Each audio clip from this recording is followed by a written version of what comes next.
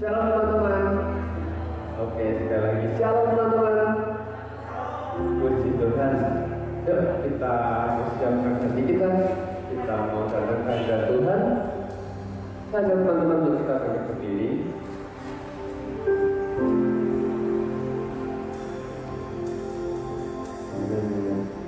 Kita mau hening sebentar. Kita mau ambil waktu kita saat kita bersama Tuhan saat ini.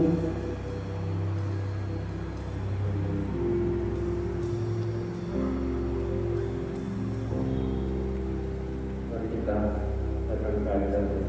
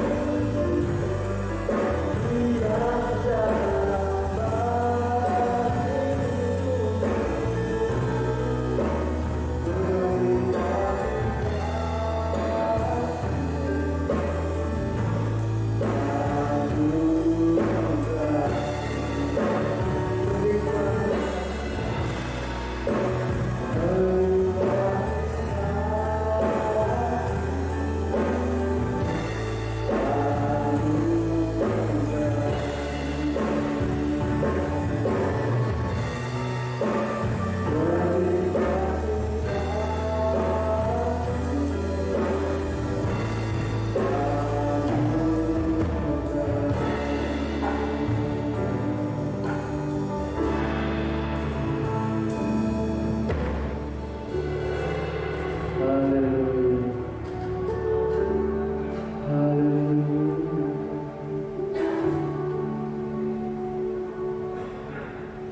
Terima kasih Bapa, terima kasih. Ini adalah saat yang sangat indah Tuhan, untuk kami boleh datang ke hadirat bersatu hati, menyatakan kerinduan kami akan hadirat. Terima kasih Tuhan, terima kasih. Kami masih mau perkenankan datang ke hadirat-Mu. Ampuni segala kesalahan dosa kami Tuhan, yang membuat kami mendugakan hati-Mu. Saat ini kami mau bawa membawa hati kami memberikan persembahan kepada Engkau. Kami siap untuk menyembahkan nama-Mu lagi Tuhan. Jadilah nama-Mu yang bisa dimuliakan dan berkat dinyatakan atas kami tetap. Dalam nama Yesus kami berdoa dan mengucap syukur. Haleluya. Amin. Berikan kemuliaan bagi Tuhan. Kita menyatakan hati percaya.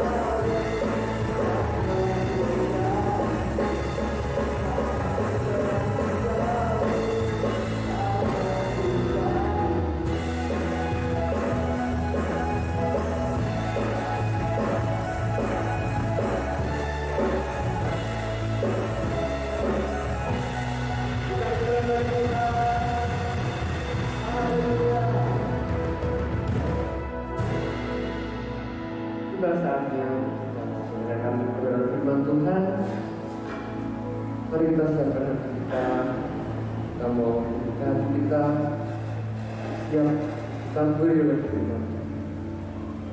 Kita angkat satu pujian.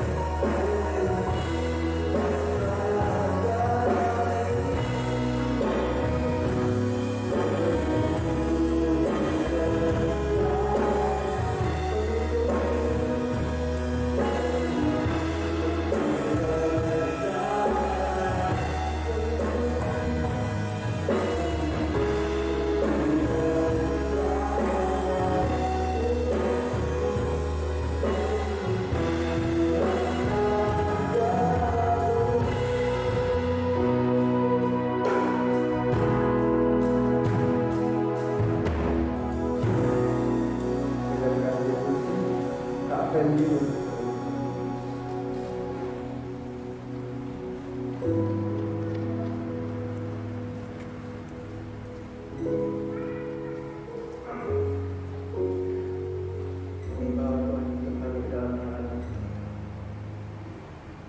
Kami tahu seberapa besar kekuatan kami. Mungkin besar, mungkin ada yang tanggung, mungkin ada yang kecil.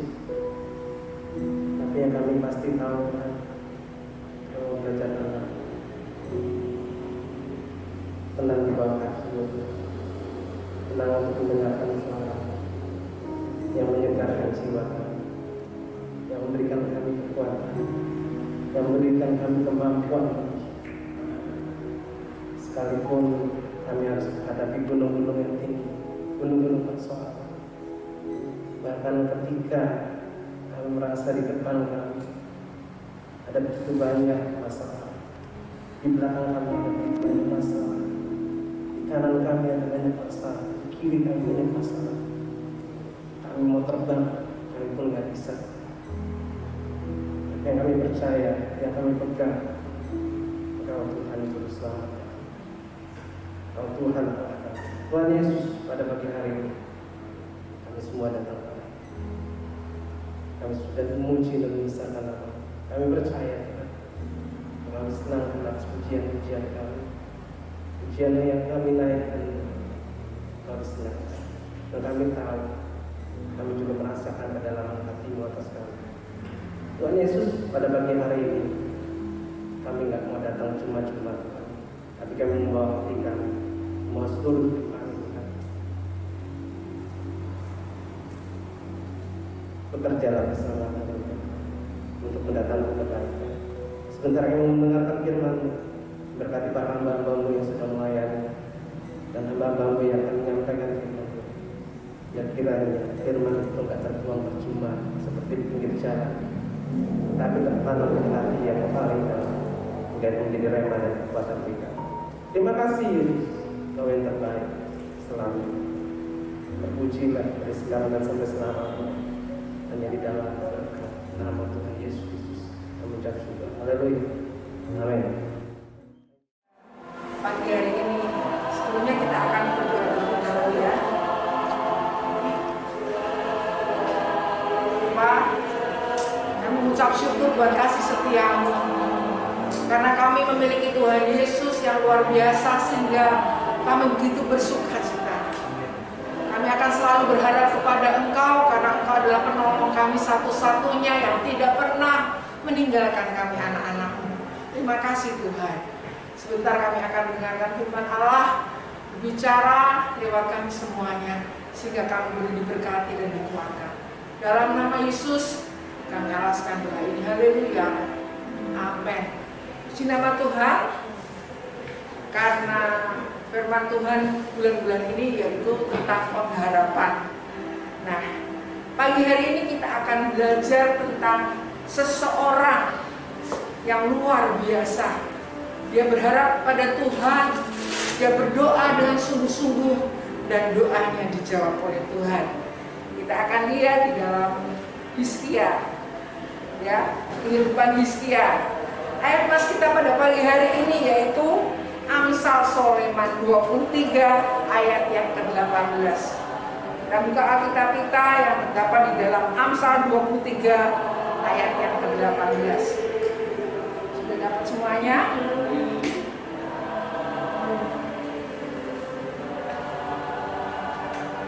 Sudah? Yuk kita baca sama-sama ya. 2, 3.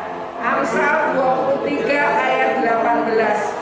Karena masa depan sungguh ada dan harapanmu tidak akan hilang.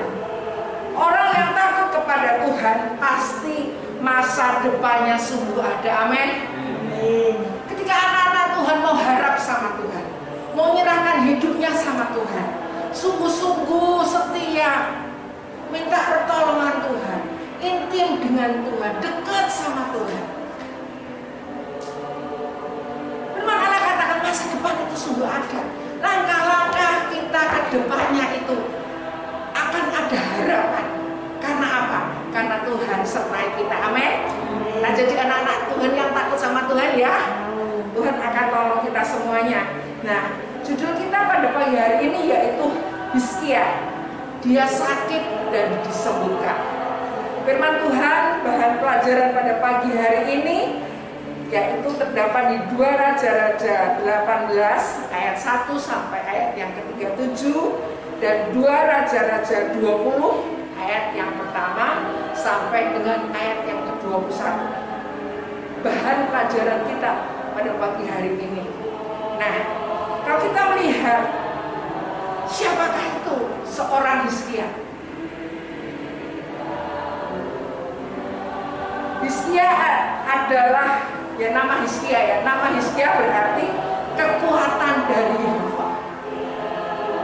Dia ketika menjadi seorang raja, umurnya waktu itu umur 25 tahun. Dan dia menjadi raja, memerintah di Yerusalem sampai 29 tahun lamanya. Nah, kita akan lihat apa yang dilakukan Hizkia di dalam kehidupannya. Dia adalah seorang yang benar-benar takut sama Tuhan. Dia dekat sama Tuhan. Nah, di dalam 2 Raja-Raja 18 ayat yang ketiga di situ dikatakan bahwa Hizkia melakukan apa yang benar sama seperti Daud. Jadi Hizkia mempunyai di dalam pemerintahannya. Kalau kita melihat sejarah di dalam firman Allah, di situ dikatakan ada keturunan-keturunan Raja Daud, baik anaknya atau cucunya, nggak benar, nggak niru teladannya Daud. Tetapi Hizkia dikatakan di dalam ayat yang ketiga ini, Hizkia melakukan apa yang benar, sama seperti Daud lakukan. Nah, kalau kita melihat di dalam 2 Raja-Raja 18 ayat yang keempat, di situ dikatakan dia menghancurkan penyembahan berhala. Dia nggak senang. Dia tahu bahwa Tuhan itu tidak mau diduakan. Dan dia menghancurkan semua penyembahan-penyembahan berhala, termasuk ular tembaga yang dibuat oleh Musa. Karena kita tahu bahwa pada waktu itu banyak orang-orang yang masih memberikan korban penyembahan kepada ular tembaga itu yang dibuat Musa.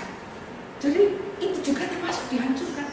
Jadi semua penyembahan-penyembahan berhala yang tidak sesuai dengan keinginan Allah itu dibuang semuanya.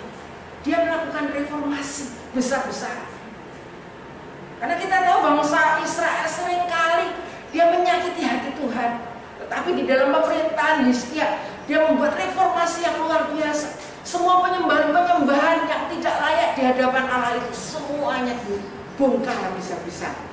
Nah, dikatakan selanjutnya di dalam 2 Raja-Raja 18 ayat yang ke-5 dan ke-6, dia percaya kepada Tuhan. Dia berpaut kepada Tuhan dan setia kepada perintah Tuhan. Luar biasa sekali Hizkia. Meskipun orang tuanya ada beberapa yang sebelumnya itu hidupnya nggak benar, tetapi ketika dia hidup, dia berpaut dengan Tuhan, dia intim dengan Tuhan, dia selalu setia sama Tuhan, dia memiliki prinsip bahwa kehidupannya harus dekat sama Tuhan. Nah, dikatakan juga bahwa tidak ada seorang pun di antara Raja Yehuda dan Israel yang sama seperti Hizkia. Benar. Kadang-kadang ketika kita kumpul di satu tempat, atau kadang-kadang kita tinggal di sebuah keluarga, biasanya kalau orang tuanya nggak beres, anaknya ikut nggak beres, benar kan? Ya.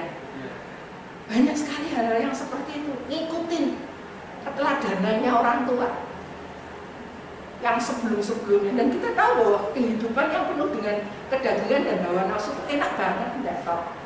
Enak. Tetapi kita tahu bahwa jatuh-jatuhnya itu akhirnya hidupnya nggak diberkati, tidak disertai Tuhan. Ketika bangsa Israel hidupnya tidak berpaut sama Tuhan, hancur. Gampang sekali musuh-musuh yang menyerbu mereka dan mereka mengalami kekalahan. Dan kita tahu bahwa perjalanan kehidupan bangsa Israel hidupnya selalu ada di dalam kemenangan ketika raja-rajanya yang memerintah hidup dekat sama Tuhan, berpaut sama Tuhan. Amin. Nah, demikian juga dengan Hizkia. Nah, di dalam ayat yang tadi sudah dikatakan bahwa tidak ada seorang pun di antara raja Yehuda dan Israel yang sama seperti Hizkia. Berarti luar biasa sekali. Nah, demikian juga pada waktu itu di zaman terjadi peperangan dengan dikepungnya Yerusalem oleh Sanherib, Raja Asyur, dan pada masa-masa itu juga Hizkia sakit. Nah, dikatakan bahwa 2 Raja-Raja 18 ayat yang ke-7 di situ dikatakan bahwa Allah selalu menyertai Hizkia. Dia beruntung ketika dia berperang. Selalu Tuhan memberikan kemenangan pada dia. Dan di dalam pemerintahan Hizkia juga ada peperangan antara dia dikepung oleh Sanherib, Raja Asyur. Tetapi pada masa itu juga Hizkia mengalami sakit. Hizkia sakit. Nah, dan kalau kita lihat, Yesaya ngomong, disuruh sama Tuhan. Yesaya menubuatkan ngomong sama Hizkia, karena kamu sebentar lagi akan meninggal dunia, kamu akan mati. Nah, kita tahu bahwa ketika Tuhan menubuatkan segala sesuatu itu pasti terjadi. Pasti terjadi. Karena Tuhan itu Maha Kuasa. Dia luar biasa, Tuhan hebat. Dan apa yang dikatakan pasti akan terjadi. Tetapi kita tahu bahwa Tuhan itu kasih. Amin. Nah, kadang-kadang di dalam setiap kehidupan kita ada masalah. Nah, ketika kita berseru sama Tuhan, Tuhan jawab enggak? Tuhan tahu apa yang menjadi keinginan dan kerinduan kita. Dan kita tahu bahwa Tuhan yang kita sembah pada saat ini adalah Tuhan yang berbelas kasihan. Tuhan yang berbelas kasihan. Nah, kita akan lihat di dalam pasal yang ke-20 itu, kalau kita lihat di dalam 2 Raja-Raja ya, di situ juga mengajarkan bahwa Tuhan adalah Allah yang penuh kasih dan murah hati. Ketika Hizkia dengar ya bahwa udah tidak ketulungan lagi, sudah tidak ada harapan lagi aku hidup. Padahal Hizkia tahu bahwa dia masih banyak tugas-tugas yang harus dia selesaikan. Dia berseru sama Tuhan, dia berdoa sama Tuhan. Nah, dikatakan di dalam ayat-ayat yang mungkin kita akan baca di rumah, kita akan belajar bagaimanakah Hizkia berseru sama Tuhan, berdoa sama Tuhan, minta sama Tuhan supaya Tuhan memiliki belas kasihan sama dia. Karena Hizkia tahu bahwa apa yang sudah digariskan Tuhan itu tidak akan bisa terlewatkan. Benar enggak? Jadi kalau Tuhan bilang A ya A, kalau Tuhan bilang B ya B. Karena Hizkia tahu itu. Dan apa yang Hizkia lakukan? Dia berdoanya sungguh-sungguh sama Tuhan. Dia minta mujizat Tuhan, dia minta kasih karunia Tuhan, dia minta belas kasihan Tuhan. Dan dikatakan di dalam ayat-ayat yang akan kita baca tadi di situ dikatakan bahwa Tuhan berbelas kasihan sama Hizkia. Nah, kalau kita melihat contoh di dalam firman Allah, kejadian yang Tuhan sudah gariskan akan dihancurkan karena kejahatan manusia, kejahatan yang terjadi dan Tuhan ingin menghancurkan sana. Ayo ingat enggak? Kota Niniwe di dalam Yunus.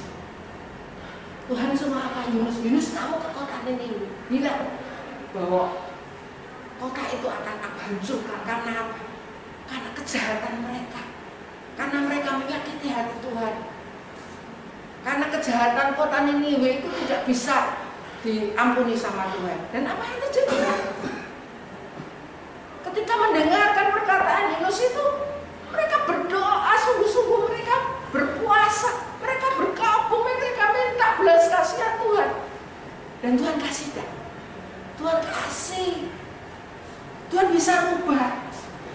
Meskipun kita tahu bahwa Tuhan itu kasih, Tuhan itu maha kuasa, Tuhan mampu untuk melakukan segala sesuatu. Tapi Tuhan memiliki hati yang kasih, hati yang berbelas kasihan. Dan ketika kita mau sungguh-sungguh berdoa sama Tuhan, Tuhan jawab.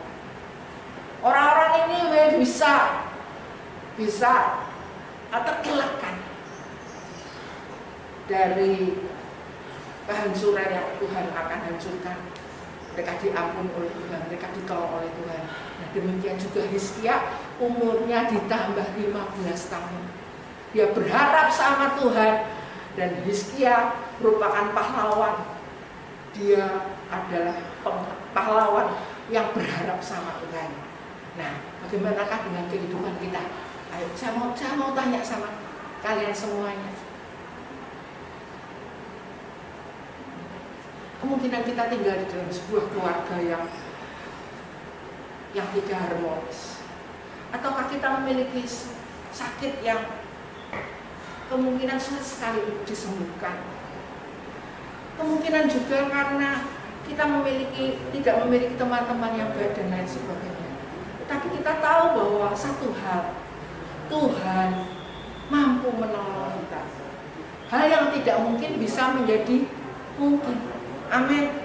Kita mau berharap sama Tuhan, kita mau setia sama Tuhan, dan pengharapan kita lewat doa-doa kita itu pasti Tuhan akan tolong. Nah, doa-doa kita dapat mempengaruhi Allah, dan kehidupan kita itu ditentukan oleh rencana Allah dan doa kita. Amin.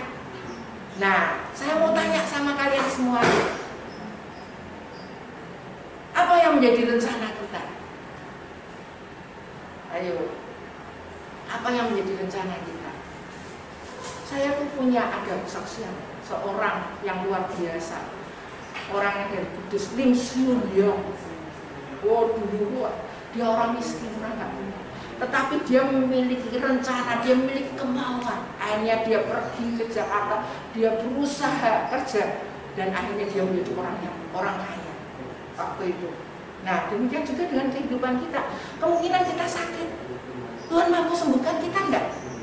Priscilla, nanti tanya sama kamu, Tuhan mampu enggak tolong kamu? Pasti bisa enggak? Enggak tahu.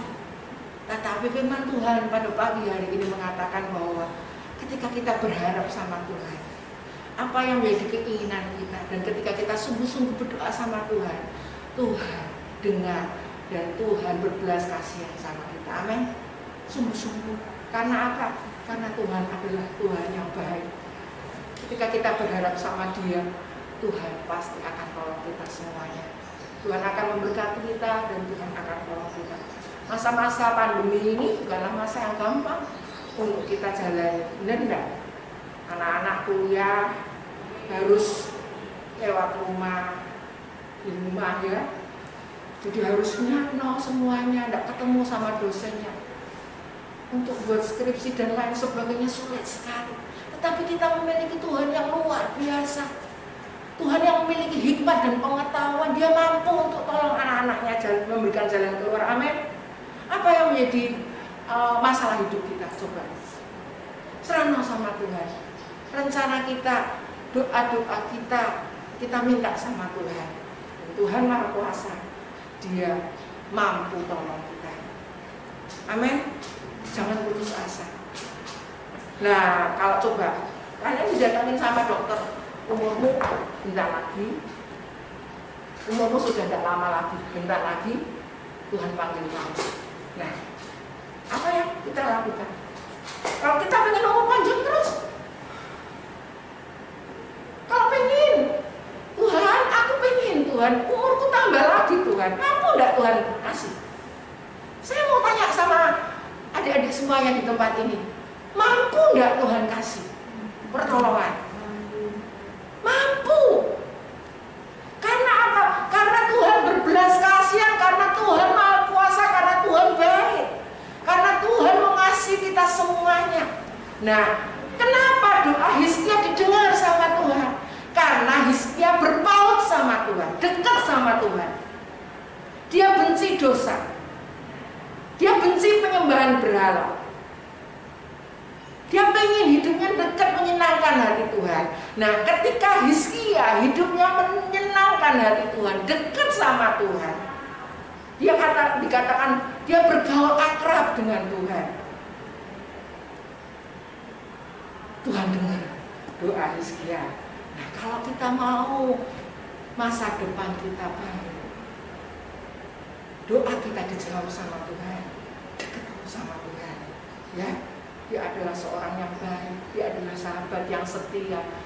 Dia akan selalu tolong anak-anaknya yang berharap sama dia. Tidak boleh putus asa. Tetap berharap sama Tuhan, tetap berdoa sama Tuhan.